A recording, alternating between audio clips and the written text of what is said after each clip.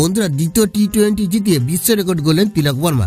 Bat হাতে নতুন ইতিহাস লিখলেন। বন্ধুরা আপনারা যদি দেখতে চান কি রেকর্ড গড়লেন তিলক বর্মা, তাহলে ভিডিওটি লাস্ট অবধি দেখতে হবে। চ্যানেলটিকে সাবস্ক্রাইব করতে হবে, লাইক দিতে হবে এবং নোটিফিকেশন বেল আইকন দাবাতে হবে। বন্ধুরা ভারতের বাঁহাতি ব্যাটসম্যান তিলক বর্মা এখনো পর্যন্ত টি-20 আন্তর্জাতিক ক্রিকেটে আউট না হয়ে 318 রান সংগ্রহ করেছেন।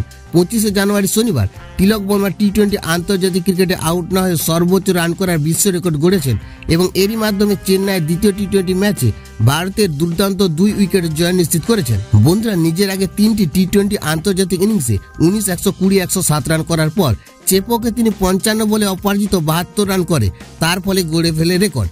একার দমে ভারতকে 5 ম্যাচের সিরিজে 2-0 ব্যবধানে এগিয়ে দেন।